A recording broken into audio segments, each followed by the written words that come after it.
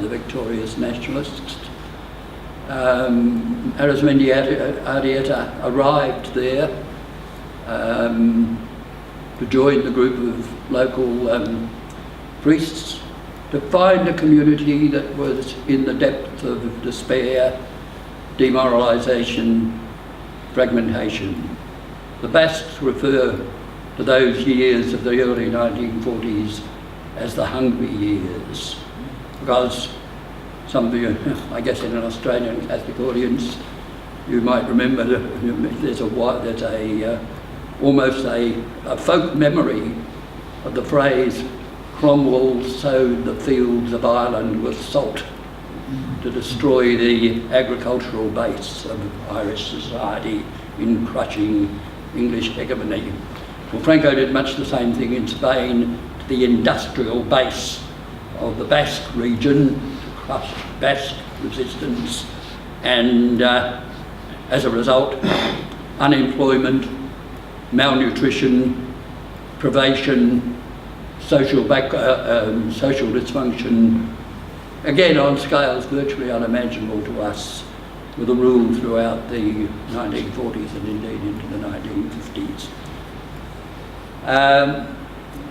Arizmendi arrived, looked around, felt that recognised that the morale and sense of interdependence within the community had to be repaired.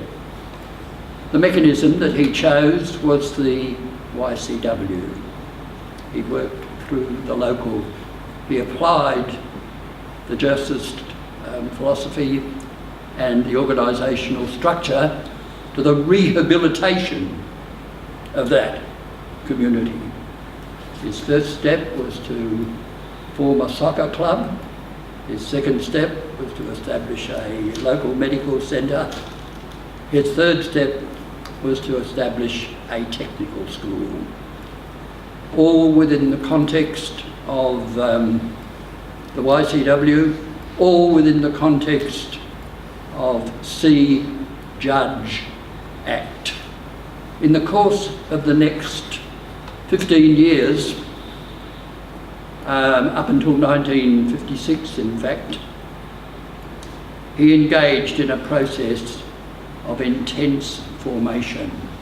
And I think one of the things that makes Mondragon of greatest interest to us in the context of today's discussion is the recognition that in order for formation to be effective, it may need to be much more intense and much more protracted than has generally been recognised in the past.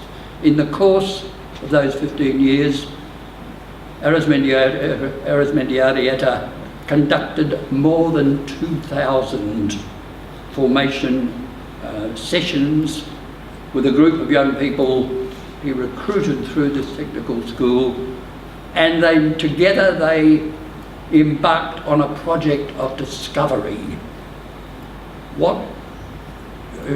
How could the ideas of mutualism, of distributism, of cooperativism, all of whose validity had been recognised by Manning and his successors, how could those ideas be brought together in a project of social reconstruction?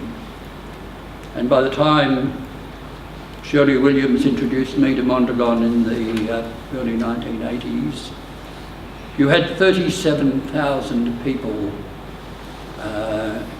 enrolled in cooperative manufacturing, retail, financial, agricultural businesses which they themselves owned, governed, and were further developing.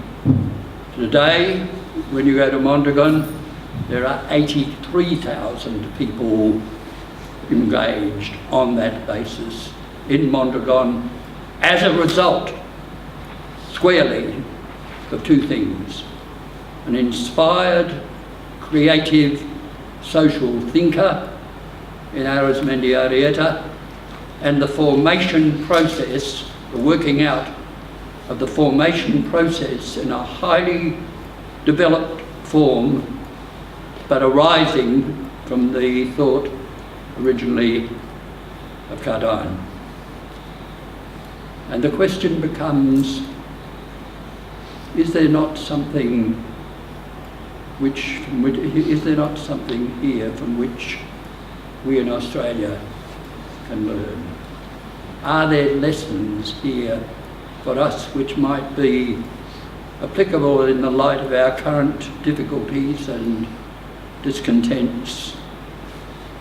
Might there not be a continuity with the efforts of the YCW in the 1940s, the 1950s, when a group of people within the YCW who took some very notable initiatives in the development of cooperatives in this country and single-handed launched the great modern credit union movement with which we're all familiar?